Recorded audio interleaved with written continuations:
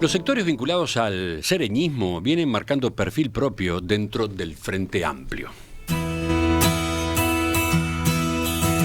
Convocatoria Sereñista Progresistas, un espacio que reúne a varios grupos que antes conformaban el Frente Liber Sereñi, realizó a fines de octubre su primer encuentro nacional. Y allí, entre otros puntos, definió que presentará una precandidatura presidencial propia que será resuelta en marzo del año que viene. Durante la reunión, el senador Mario Vergara hizo un planteo tajante. No nos confundamos. No vinimos a hacer furgón de cola de nadie, ni a ingresar tibiamente en nuestro Frente Amplio. Somos convocatoria porque queremos incidir para hacer un mejor Frente Amplio. Somos convocatoria y no somos meramente el equipo económico de un futuro gobierno. Unos días después, el sector marcó una postura propia respecto a la propuesta de reforma del sistema previsional que impulsa el gobierno. Anunció, por ejemplo, que no va a acompañar en general el texto, pero sin perjuicio de ello, el proyecto puede tener aristas compartibles y añadió, trabajaremos en propuestas que lo mejoren.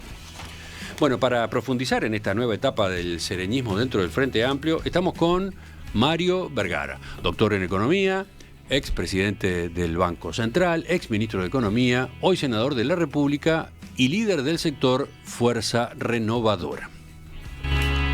Senador Vergara, buen día, gracias por acompañarnos. Un gusto, como siempre, y bueno, vamos a ver cómo nos trata el eclipse de luna de hoy. Para las entrevistas, ¿usted cree que es incluye? Importante, sí, cómo no. Ubiquemos rápidamente, para empezar, ¿qué es convocatoria, Romina? Sí, convocatoria está conformada por Asamblea Uruguay, el grupo que fundó Danilo Astori, Fuerza Renovadora, liderado por usted, el Partido Demócrata Cristiano, Plataforma, el grupo del exdirector de la UPP, Álvaro García, Magnolia también, Claveles Rojos, Movimiento Humanista, Izquierda Cristiana y el sector, y por ejemplo algunas departamentales, ¿no?, del Frente Amplio, por ejemplo, Frente Río Negro. En agosto de este año formalizaron su orgánica con la creación de un secretariado ejecutivo, ¿verdad? ¿Cuál es el objetivo de este espacio? Bien, en primer lugar es de rigor también mencionar a grupos que se han ido incorporando luego de esa estructura inicial que tú bien acabas de mencionar. Incluye también un sector escindido del Partido Socialista que se llama UPA. También otros grupos departamentales, el Frente de Soriano y el sector Marcha Frente Amplista de La Valleja, bueno, y seguiremos con los brazos abiertos recibiendo sectores nacionales y también esto que es como una novedad, que es que haya sectores departamentales que se suman a espacios nacionales. Y después habría que agregar grupos que los oyentes quizás tienen en la memoria y que están dentro de grupos que acabamos de mencionar, ¿no? Así es, Fuerza Renovadora, por ejemplo, incorpora Alianza Progresista, la 738, digamos, Marea Frente Amplista, el grupo de Movimiento Humanista que lidera Juan Andrés Roballo, el ex prosecretario de Presidencia, un grupo que recientemente también se incorporó a Fuerza Renovadora, proveniente del Partido Colorado, que se llama el Movimiento Alba Roballo, liderado por la edila Patricia Soria. Sí, en fin, hay el grupo de Espacio Sereñista también, la 1789, o sea, hay varios sectores también que conforman Fuerza Renovadora, es como una cosa en capas, ¿no? Sí. Que a su vez se integran convocatorias. Es impresionante la, ¿cómo llamarlo?, constelación de grupos que terminó generándose. Esto ocurrió en el periodo de gobierno pasado, ¿no? Bueno, sí, ya venía un proceso de atomización muy importante dentro del Frente y sobre todo en el espacio sereñista, ¿verdad? Porque tenemos otras sensibilidades dentro del Frente ya más estructuradas, como el Partido Comunista o el MPP, el Partido Socialista, y bueno, el espacio serenista se había atomizado bastante, y eso hizo también que en el terreno electoral no tengamos la representación que los propios votos hubieran permitido de haber ido juntos en la formulación de las elecciones anteriores. Claro, usted habló de lo que pasó en las elecciones de 2019, donde si bien hubo un reagrupamiento de todas estas iniciativas que veníamos mencionando, de todos modos se produjo igual una votación por separado, ¿no? Fuimos separados en muchísimos lados, al punto tal de que si hubiéramos ido juntos hoy, con los mismos votos que tuvimos, tendríamos al menos el doble de diputados de los que tenemos. O sea, por la ingeniería electoral, ¿no? Claro, porque en algunos departamentos perdían por 200 votos, por ejemplo, con el MPP por votar separados y no juntos. Claro, ¿no? claro. Y volvemos entonces a la pregunta. Es un tema político, ¿no? Acá, digamos, la conformación de convocatoria no tiene como objetivo ni una formulación meramente electoral, ni el hacer las cuentas de a ver cuántos diputados se sacan. Esto es una alianza política con perspectiva, con vocación de permanencia, de largo plazo, y estamos muy entusiasmados con Volvemos esto. a la pregunta que había dejado planteada Romina, ¿no? ¿Cuál es el objetivo? Bien. Lo electoral sin duda que cuenta. Por supuesto. Eso que usted señalaba recién, los problemas de la dispersión son clarísimos, claro, hay que eludirlos, resolverlos. Pero sin peso electoral no tenés peso político, esa es la verdad. Los votos cuentan, los votos cuentan. Bueno, en principio, convocatoria es un espacio que tiene obviamente vocación de ser una pata relevante dentro del Frente Amplio, una sensibilidad que difiere de otras sensibilidades. No aparecemos en contra de las otras universidades, sensibilidades, porque el Frente, si algo debe haber aprendido de todo este proceso, es que no gana las elecciones para toda la vida, y que todas las patas del Frente Amplio tienen que fortalecerse para justamente afianzar el diálogo con toda la sociedad. Cada espacio tiene más fluidez de diálogo con sectores diferentes de la sociedad. Y por eso es que nosotros sentimos que somos una pata importante y diferente de las otras, porque de repente no tenemos la misma fluidez con ciertos estamentos sociales que puede tener diálogo el Partido Comunista o el MPP, pero sí con otros, de manera mucho más privilegiada. Creemos que ayudamos a dar equilibrio al Frente Amplio y a dotar también de un espíritu mayor de renovación, ¿verdad? Esos son como los pilares políticos principales que de alguna manera nos convencen de que convocatoria es una pata fundamental dentro del Frente Amplio. ¿Viene a ser el heredero de lo que fue el Frente Liber Sereñi? No, yo creo que nadie nace de la nada, ¿verdad? Hay antecedentes, convocatoria tiene antecedentes que obviamente incluyen, entre otras historias, la conformación del Frente Liber Sereñi. Yo creo que es una alianza superadora del espacio del Frente Liber Sereñi. Un número importante de los sectores que integraban el Frente Liber Sereñi están en convocatoria, pero hay también más sectores que antes no integraban el Frente Liber Sereñi y que hoy integran. Así que bueno, es una experiencia importante para nosotros, sí. En la comparación con el Frente Liber Sereñi aparece instantáneamente el nombre de Danilo Astori. O sea, el Frente Liber Sereñi giraba en torno al liderazgo de Danilo Astori. Y hoy Astori está ya en un proceso como de retiro de la actividad política. Y, bueno, y este espacio nuevo a su vez tiene que construir su liderazgo, ¿no? Así es. El Frente Amplio tuvo durante más de 2 décadas una tríada de líderes excluyente en el buen sentido, ¿no? Que eran realmente 3 figuras muy potentes: Vázquez, Mujica, Astori. Y bueno, la biología básicamente es la que ha indicado que es una tríada que está dando paso a una nueva estructura de liderazgos, que creo que el Frente tiene la ventaja de que ha mostrado tener la capacidad de renovar el liderazgo, está camino ya a consolidar una nueva estructura de liderazgos sin mayores traumas y con alternativas, ¿no? Cosa que de repente en otros partidos no se ven muchos nombres para el trompo del liderazgo. Bueno, en el Frente tenés 3, 4, 5 nombres que de alguna manera toman la posta, reitero, de lo que fue esa, sin replicar la estructura anterior, ¿no? Porque no es que uno viene a sustituir a Vázquez, uno viene a sustituir imposible sustituir al Pepe, ¿no? Otro viene a sustituir a Astori. No es esa el proceso. Usted recién, cuando caracterizaba a convocatoria, hablaba de sensibilidad. ¿Podemos afinar un poco más la puntería? Ideológicamente, ¿qué es convocatoria sereñista progresista? ¿Qué es? Bueno, nosotros... Socialdemocracia, socialismo democrático, socialcristianismo, izquierda moderada, ¿qué dice? Todo eso y más. Porque las etiquetas más bien ayudan un poco a clasificar, ¿no? Pero en la sustancia creo que nosotros tenemos antecedentes, no nace, como decía hoy, de la nada convocatoria, ¿no?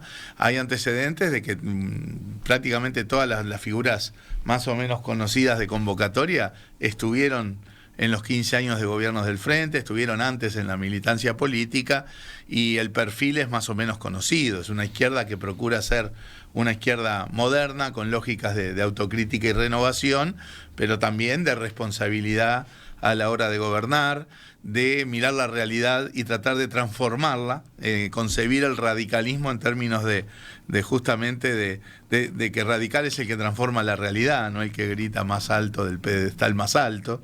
Hay sectores del Frente Amplio que gritan alto, del pedestal alto. Yo voy no tanto a los sectores, sino que voy a veces a la caricatura de moderados y radicales, porque creo que a veces ese corte se da más en cuestiones de forma o de apariencia que de contenido. Yo creo que a veces los sectores considerados moderados han sido quienes han aportado mucho a la transformación de la realidad en los 15 años de gobierno, y eso los hace tan o más radicales que otros sectores. Ahí usted hace como una definición más bien genérica desde el punto de vista ideológico. No tiene un concepto claro o no busca decir, bueno, somos socialdemocracia, somos un socialismo democrático, un socialcristianismo, una izquierda moderada. Como ya dije, somos todo eso, porque dentro de convocatoria tenés espacios que reivindican más la tónica socialdemócrata, otros que reivindican más la tónica cristiana, ¿verdad? Es un pequeño frente dentro del frente, pero con una unidad, si se quiere, ideológica y de acción más condensada, más cohesionada que lo que es en general el Frente Amplio. Llama la atención que no está el Nuevo Espacio. Nuevo Espacio que sí formó parte del Frente Libre Sereñi. ¿Qué pasó ahí? No pasó nada, simplemente son opciones que toman los sectores, ¿verdad? Esto se fue armando a partir de sectores que integraban el Frente Libre Sereñi, que ya, el Nuevo Espacio de hecho ya no estaba en el Frente Libre Sereñi, en la elección anterior había optado por las cuestiones electorales, ¿verdad?, en ir en la alianza con Darío Pérez, y se había quebrado su vínculo con el Frente Libre Sereñi. Nosotros somos un espacio de puertas abiertas a todos quienes sientan que tenemos sintonía político-ideológica, ¿verdad? Con la vertiente artiguista podrá ser también. Diálogo siempre hay. Porque también se podría pensar que la vertiente artiguista debería estar en este espacio. Y bueno, de hecho, en 2019 compartimos el sublema, ¿verdad? Sí, nosotros estamos de puertas abiertas, construyendo, ¿sí? Como decía hoy, nunca en oposición a las demás sensibilidades del Frente Amplio, y nunca vamos a hacerlo, nunca vamos a querer fortalecernos denigrando a ningún otro sector, ¿sí? Así que de puertas abiertas, manteniendo el diálogo con todos los sectores del Frente Amplio. Y bueno, reitero, al Frente le resulta muy importante que se fortalezcan todas sus patas si es que queremos volver a gobernar el Uruguay. Romina, vamos a la frase, la expresión esa que impresionó en el discurso de Vergara. Ahí lo escuchábamos en la introducción, ¿no? En el encuentro del sábado 29 de octubre, en el encuentro nacional de convocatoria serenista progresista, usted dijo: no nos confundamos, no vinimos a ser el furgón de cola de nadie ni a ingresar tibiamente en nuestro Frente Amplio. Somos convocatoria porque queremos incidir para ser un mejor Frente Amplio. Somos convocatoria y no somos meramente el equipo económico de un futuro gobierno, sostuvo. ¿A quién iba dirigida esa advertencia? A todos. A todo el Frente Amplio y afuera del Frente Amplio, y a nosotros mismos.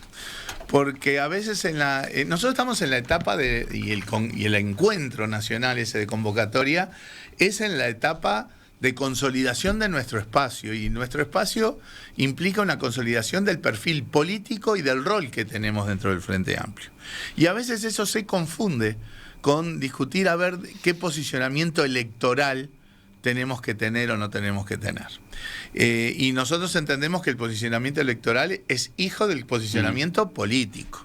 Y si nosotros decimos que somos una pata diferente dentro del Frente Amplio a otras sensibilidades, y decimos que tenemos un rol de dotar de equilibrios, de dotar de espíritu renovador, de dotar de capacidad de diálogo al Frente Amplio con ciertos sectores de la sociedad, eso también tiene que expresarse políticamente y electoralmente. Por eso es la expresión de, no vamos a la cola de ninguna otra sensibilidad que hay dentro del Frente Amplio, y eso también debería interpretarse en términos electorales. No vamos a la cola de otras expresiones que todavía falta para definir en lo electoral, pero es como se dice, no es tiempo de candidaturas, pero todo el mundo está hablando de candidaturas, pero bueno, justamente para evitar esa confusión es que quisimos marcar que nosotros estamos acá para marcar nuestro espacio, nos vamos a expresar electoralmente con pata propia, y tenemos un rol a jugar, ¿verdad? No somos meramente el equipo económico del futuro gobierno. Eso, ¿por qué Porque también el Frente la menciona? Sereñi quedó encasillado en esa caricatura, entre comillas. Yo creo que un poco sí. La figura de Danilo evidentemente fue excluyente, fue absolutamente fundamental para que el Frente ganara, yo diría, las 3 veces, y ni que hablar que la conducción económica de los gobiernos del Frente, liderada por Danilo, tuvo un rol fundamental. Pero a veces uno escucha en la propia interna del Frente y en la discusión del Frente, ¿no? Que es algo así como, bueno, esta gente es útil para esa tarea, pero en la política la desarrollan otros. La desarrolló en su momento Vázquez o Mujica. Bueno, nosotros no tenemos esa visión, tampoco la tenía Danilo, pero yo creo que un poco por la dinámica que se dio en el terreno político electoral en esos 15, 20 años, puede haber quedado esa caricatura de que este es el espacio que le resuelve, entre comillas, el área económica al Frente Amplio, aquella área económica que iba a ser el talón de Aquiles de la izquierda y que terminó siendo una fortaleza de la izquierda, y que ese sea circunscribir el rol de este espacio al rol de la conducción económica. Y no, nosotros estamos para conducir todo el gobierno, estamos para ser parte de la conducción con todo el Frente Amplio de todas las áreas de gobierno. De hecho, mi rol ahora en particular en el terreno parlamentario, en el Senado, está claramente abarcando temas que van muchísimo más allá de la gestión económica, ¿no? Temas de defensa, temas de transporte, temas de seguridad, temas de asuntos internacionales, etcétera. Enseguida retomamos la entrevista con el senador Mario Vergara para seguir entendiendo qué es, cómo se ubica dentro del Frente Amplio, convocatoria, sereñista, progresistas. Por ejemplo, concretamente, ¿qué va a pasar en materia de precandidaturas? ¿Van por su lado o terminan volcándose allá? Mandú Orsi es una pregunta.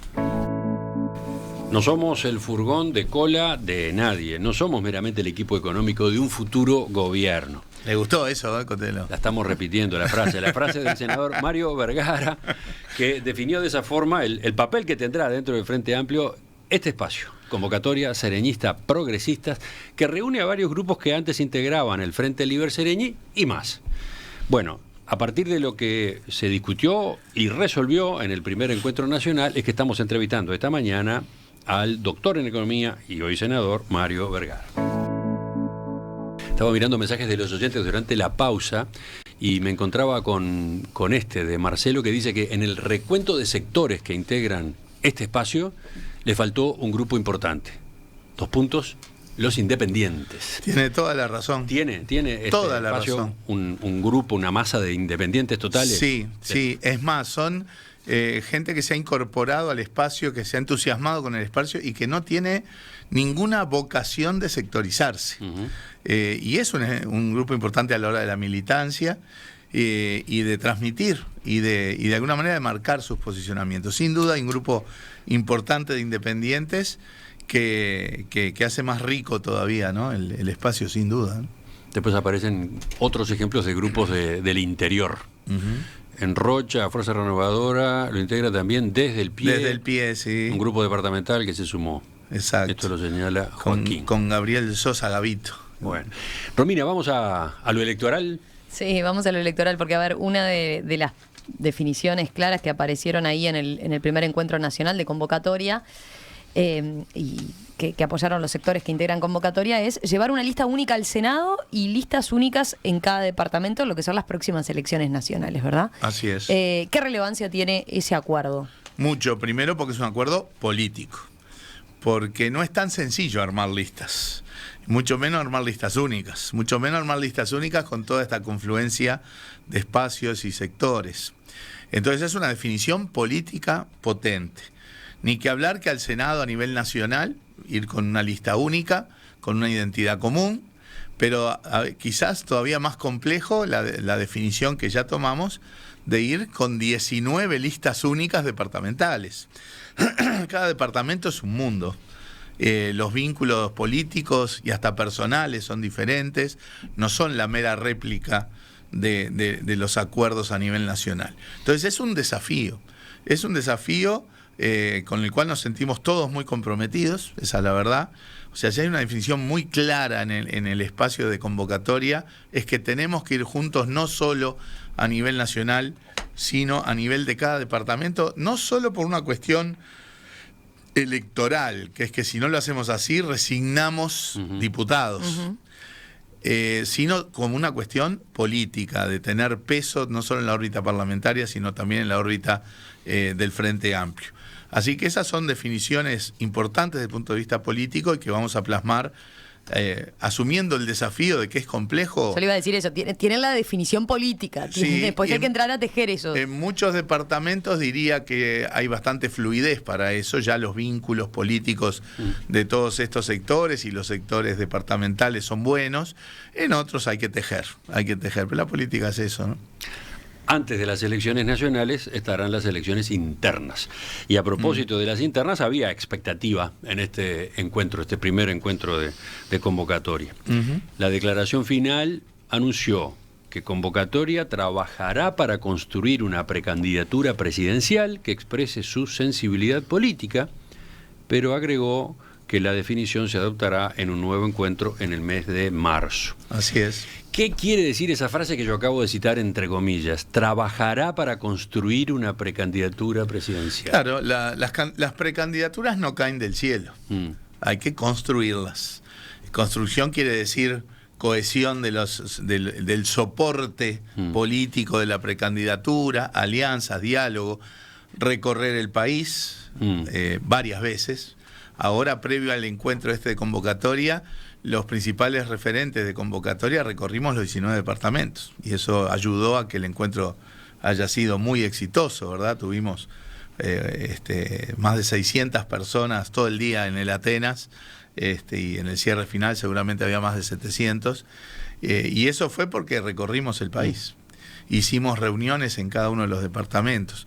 O sea, construir una precandidatura es trabajar políticamente con la mira, sí, de tener una precandidatura propia para junio. Pero teniendo en cuenta que está redactada con tanto cuidado la frase, ¿no? Y la política es cuidado también. Trabajará para construir una precandidatura presidencial. Eso quiere decir que ya es un hecho que convocatoria tendrá una precandidatura, o que están trabajando para eso y van a ver en marzo si la largan o no la largan, o si van por otro camino. Ni una cosa ni la otra. Bueno.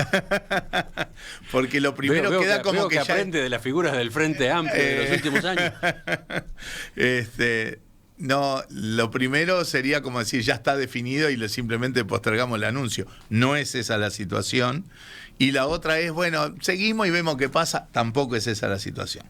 Es una cuestión de que hay una perspectiva de tener una precandidatura propia, una perspectiva firme, que vamos a seguir construyendo de acá a marzo y en el encuentro, que seguramente sea a fines de marzo, vamos a definir si vamos a tener una precandidatura propia y quién, van a definir dos cosas. Van a definir dos cosas. Si hay o no precandidatura presidencial propia. Yo diría que eso está bastante avanzado en esa dirección. Pero no lo dieron como un hecho ahora. Y porque si no, si uno dice vamos a tener seguro, ahí ya empieza, bueno, ¿y quién va a ser? ¿Y por qué no lo definen ahora? Y todo tiene su proceso, todo tiene sus etapas. La política también es respeto de los procesos y de las etapas. O sea, en marzo van a resolver, ahí sí, claramente, si hay o no precandidatura, y en caso de que vayan por el camino de una precandidatura, van a encontrar el nombre, van a poner el nombre. Esa es la intención. Bueno, la pregunta venía porque hay otra posibilidad dentro del sector, que es apoyar la precandidatura de Yamandú Orsi. Ustedes tienen dirigentes que van en esa otra dirección. Bueno, no es algo que se haya planteado como discusión dentro de convocatoria. Lo definido por convocatoria es lo que usted leyó anteriormente. Sí. Construir una precandidatura propia. Obviamente eso va en oposición a manejar la posibilidad de ir detrás de otras candidaturas. Así que, en principio, ¿Dónde estamos parados nosotros? En construir una precandidatura propia. Si vamos a eso, a lo que planteaba Emiliano respecto a Orsi, él viene siendo bastante moderado, digamos, ¿no? De hecho, hay dirigentes dentro del Frente Amplio que le ven un talante centrista. ¿Eso no le quita perfil a una candidatura sereñista? No, que quitarle perfil no. Él, digamos, no deja de ser un candidato del MPP con una cierta perspectiva, una cierta sensibilidad, así como Carolina puede tener la suya, y Andrade eventualmente puede tener la suya, y Lima eventualmente puede tener la suya. Creo que en ningún caso va en oposición a lo que hemos discutido o hablado recién políticamente, de por qué entendemos que Convocatoria Sereñista tiene un perfil propio, una sensibilidad propia, un rol dentro del Frente Amplio que nos induce a tener una precandidatura propia en la interna del Frente Amplio. Otra cara u otra manera de mirar lo que recién planteaba Romina. ¿Cómo responde a quienes ven como un error ese posicionamiento, tener una precandidatura propia? Porque de esa manera Convocatoria le estaría restando votos a Orsi en la competencia con Carolina Cose. Bueno, no hay ninguna definición en principio de que uno prefiera otro candidato por sobre otra candidata, ni viceversa. Ajá. Y no es esa esa no puede ser la especulación. Primero, a 2 años de la elección, como que ya tuviéramos los numeritos finos del asunto, ¿verdad? Pero a ver, de otra manera, para ustedes es más fácil largar la precandidatura si además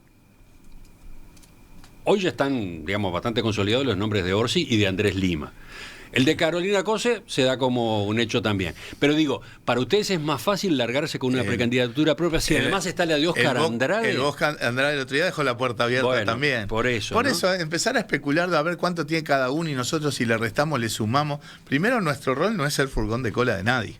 Bueno. Es tener una expresión electoral que se refleja en un rol político. Pero puede haber un escenario en que la cosa quede planteada Cose, Orsi, y que, bueno, en ese escenario, si queda así nomás, ustedes al largarse por cuenta propia debiliten a una de las dos. Bueno. Pero bueno, eso implicaría discutir muchas cosas antes, entre otras cosas, por qué preferiríamos a uno que a otro.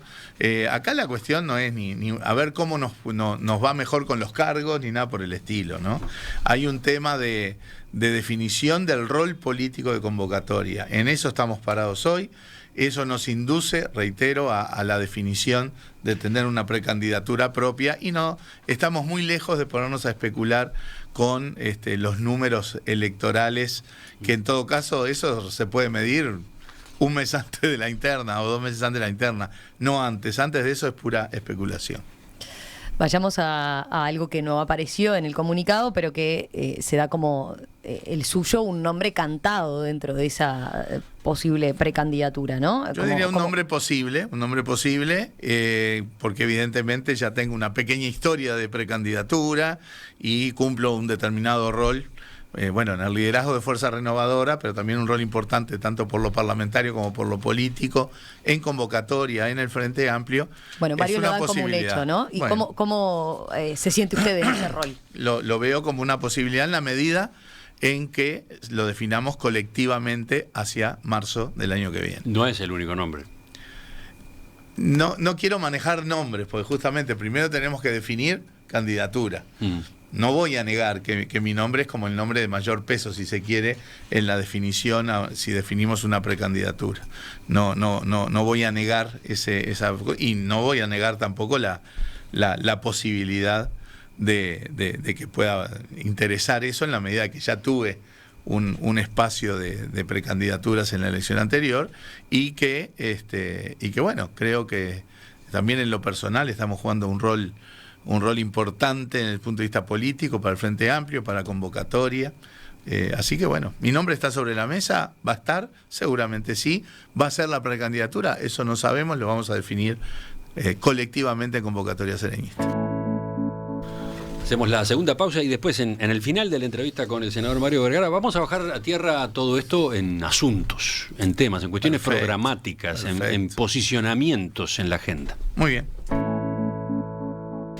Senador Vergara, el martes pasado, en la mesa de análisis político, uno de los integrantes de ese equipo, Fito Garcés, recogía la famosa frase suya, esta de "no vinimos a ser furgón de cola de nadie", y señalaba que para que sea realidad, para que no quede meramente reducida a una expresión de deseos, para que convocatoria no sea solo el equipo económico, este espacio tiene que adoptar algunas posiciones diferentes a las de otros sectores del Frente Amplio. Vamos a escucharlo. Uh-huh. Los sereñistas piensan lo mismo que los comunistas sobre la reforma de seguridad social, que dicen los sereñistas de la reforma educativa. Jaime, hace unos cuantos años atrás, en su tesis de maestría, en su lindísimo libro, Al centro y adentro, Jaime explicó con toda claridad que Tabaré y Astori competían entre sí, y que esa competencia entre Tabaré y Astori, en donde Astori marcaba diferencias fuertes, muy visibles, muy notorias, terminó siendo corregible, Jaime, terminó siendo funcional. Jaime dijo, terminó siendo una estrategia óptima, terminó siendo funcional al triunfo del Frente Amplio. Pero no porque Astori corría a Tabaré para el lado en que Tabaré disparaba, claro, sino porque Astori se paraba en posiciones a veces incluso muy diferentes. Entonces, ¿qué contesta usted, senador Vergara? Que sí, que hay un perfil también. Yo no escuché si lo dijo en la tertulia también, o en la mesa política en perspectiva, pero sí lo leí porque él replicó esto en un artículo de prensa, sí, que él también terminaba diciendo, bueno, lo que pasa es que hay internas y nacionales, ¿verdad? Y son dos elecciones bien diferentes. El votante mediano, digamos, quien define cada elección en las dos elecciones son bien distintos. Y él decía algo así como que, bueno, para competir en la interna capaz que se tienen que parecer más a Fernando Pereira, y para la nacional, para ser potentes en la nacional, parecerse más al Danilo Astori, que marcaba diferencias con Vázquez. Y yo creo que es un buen análisis, y entonces, es un desafío. Veamos algunos puntos. Bueno, a ver, uno de los temas en los que el sereñismo parece marcar un perfil propio es en la reforma de la seguridad social, ¿no? El jueves de la semana pasada, en una declaración, Convocatoria Serenista Progresista reiteró algunas críticas que había hecho el Frente Amplio claramente al proyecto, pero señaló también que la iniciativa puede tener aristas compartibles, dice la declaración. ¿Por qué Convocatoria emite un comunicado propio sobre este tema cuando el Frente Amplio logró consensuar un documento propio que fue divulgado el lunes de la semana pasada? Hay puntos de acuerdo en el Frente Amplio que son los que están en el documento del Frente Amplio, como bien decís tú. Pero varios sectores del Frente Amplio han marcado énfasis, matices a partir de ese acuerdo.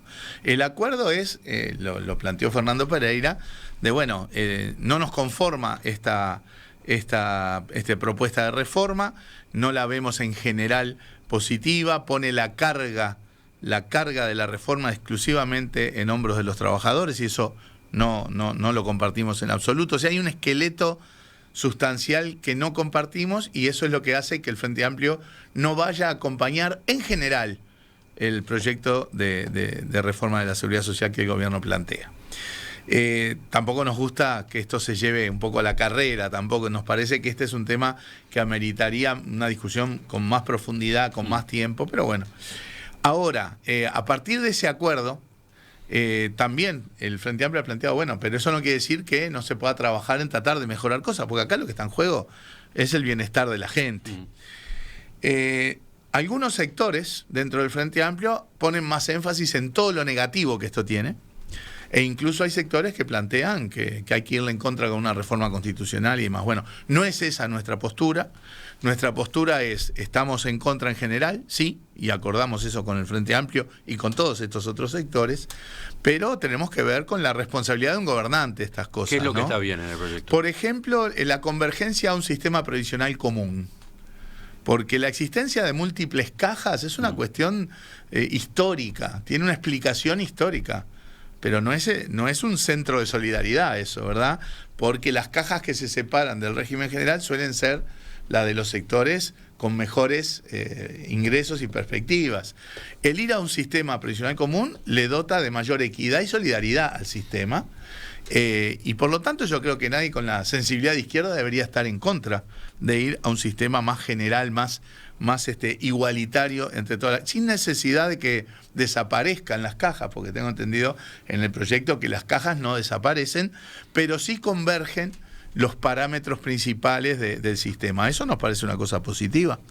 La transición, por ejemplo, los plazos de transición, el dar el tiempo necesario para que no haya rupturas inmediatas de derechos ni nada por el estilo, ¿verdad? O sea, creemos que hay cosas compartibles, cómo se concentra la parte del subsidio en los segmentos de mayores necesidades de la población, ¿verdad? Eso también nos parece compartible. Hoy el sistema hace que se subsidien de repente gente que tiene jubilaciones superiores a los 100.000 pesos. Bueno, creo que esa es otra faceta que puede ser compartible. Hay otras que no. En la propia transición, por ejemplo, creemos que no es razonable otorgar el mismo esquema de transición a todas las cajas, porque los puntos de partida son diferentes. Si la caja militar tiene parámetros muy por encima del régimen general y le aplicamos la misma transición en 20 años, quiere decir que va a mantener privilegios por 20 años. En eso no estamos de acuerdo. En fin, hay cosas que estamos bastante en desacuerdo, como decíamos al principio, que esto descanse en los hombros de los trabajadores exclusivamente es lo que nos hace votar en contra en general. Entonces nosotros hay dos tesituras con respecto a esto, ¿no?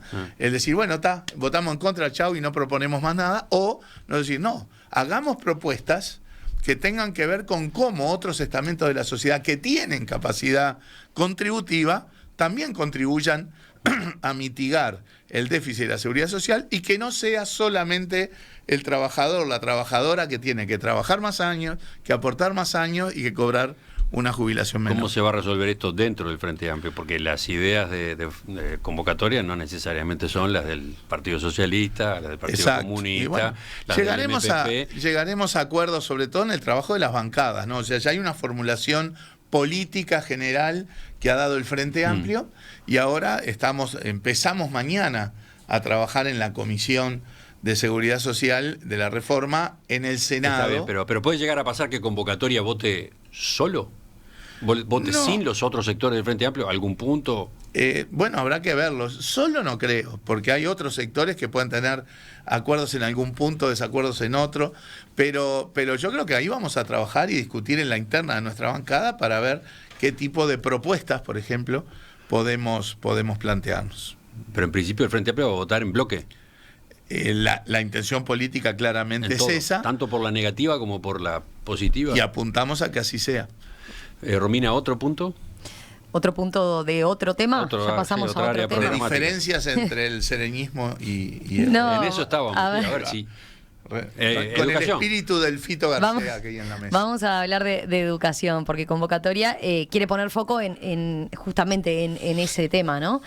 ¿Cómo se para convocatoria respecto a un tema de mucha discusión, como la reforma de la educación que impulsa el gobierno? ¿También se distancia de algunas posturas? En la parte que fue el tratamiento legal, que sobre todo hubo cosas en la LUC y después en algunas cuestiones presupuestales, ahí tuvimos posturas comunes con todo el Frente Amplio y vimos negativos algunos de los procesos en el terreno educativo, ¿no? Los cambios en la gobernanza no lo acompañamos, ninguno en el Frente, y era de los artículos que procuramos derogar en el referéndum. Después otro planteamiento que nosotros sí hacemos con fuerza es que se habla mucho de la transformación educativa, pero que esa transformación de la que se habla requiere recursos que no están ni en el presupuesto ni en las rendiciones de cuentas. O sea que hay un poco de retórica que no se ve respaldada con recursos. Pero nosotros estamos nos importa mejorar la educación, ni que hablar. Así como en el caso de Seguridad Social, rechazamos de plano la idea de que antes no se hizo nada, ¿no? En Seguridad Social se hicieron un montón de reformas del sistema, de la caja policial, la caja militar, la caja bancaria, la caja notarial, lo de los cincuentones, lo de la flexibilización, etcétera, etcétera. La mayor parte de esas cosas, de las reformas, el actual gobierno no la votó, ¿no? Cuando se queja de que si el Frente aporta o no aporta, ellos no aportaron nada ni votaron nada de todo lo que se hizo en aquel tiempo. En educación también se hicieron cosas, ¿no? Hubo cambios en el proceso educativo que mejoraron resultados. No son resultados buenos, pero mejores que antes. Por ejemplo, la el egreso de secundaria, que es el 40%, no es para nada un buen resultado. Pero es mejor que el 30% que había antes. Pero si bajamos más a cuestiones prácticas, a ver, el tema de las competencias, ¿no? Que es un poco la guía de la transformación educativa. Yo creo que las diferencias que el Frente hoy tiene con la transformación educativa no son tanto de contenido. Hay alguna cosa de contenido, pero no son tan... Porque tampoco esta transformación educativa es ninguna revolución, vamos a entendernos. Trabajar sobre competencias es algo que ya estaba planteado y ya se había comenzado en los gobiernos del Frente. Y ni que hablar con la aplicación del Plan Ceibal, que era un eje de cómo operar en la educación con la utilización de las tecnologías de la información.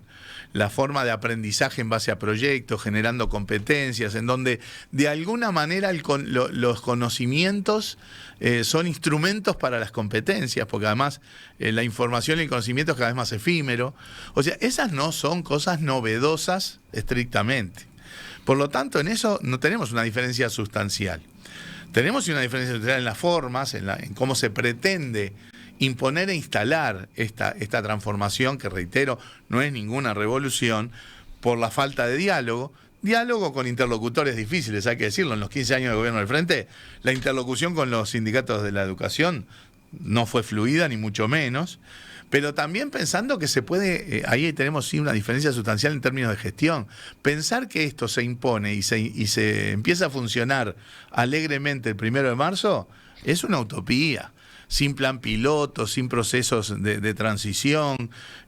O sea, vemos mal todo ese proceso del cómo y del cómo se piensa implementar. En la parte de contenido hay cosas que ya te digo, vienen de antes. ¿Dónde está el perfil de convocatoria dentro del Frente en esta materia? Bueno, quizás hay otros sectores en el Frente que son más duros en catalogar esta transformación como una cosa revolucionaria, destructiva, privatizadora. Ese no es nuestro enfoque.